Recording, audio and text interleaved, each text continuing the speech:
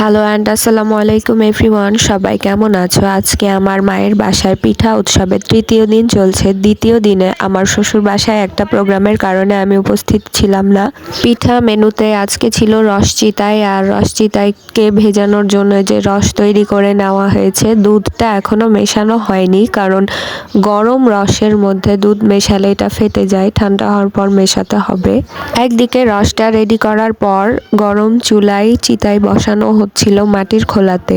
রসে চিতাইগুলো ভেজানোর আগে আমরা খালি মুখেও ট্রাই করেছিলাম, বেশ ভালো হয়েছিল। গুড়ের কুচি দিয়ে খেয়েছিলাম, মিষ্টি মিষ্টি, খুব ভালো লাগছিল। তো চিতাইগুলো দেখলাম খুব ভালোভাবেই উঠছিল, কিন্তু প্রথম দিকে একটু ফুলছিল না, শেষের বেলাতে অনেক ভালো হয়েছিল।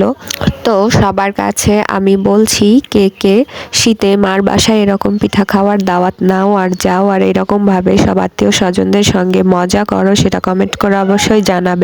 তো এই যে দেখো, চিতাইগুলো হয়ে যাওয়ার পর গরম গরম রসে ভেজানো হচ্ছিল, সর্বশেষে দুধ অ্যাড করে দেওয়া হয়েছে এখানে। আর এই যে ফাইনাল, এই যে পিঠার লুক দেখে নাও। পিঠাগুলো শুধু দেখতেই ভালো না, খেতেও অনেক বেশি মজা হয়েছিল। আমি তো আমার জন্য আলাদাভাবে তুলে নিয়েছিলাম, তারপর তাড়াতাড়ি খেয়ে ফেলেছিলাম।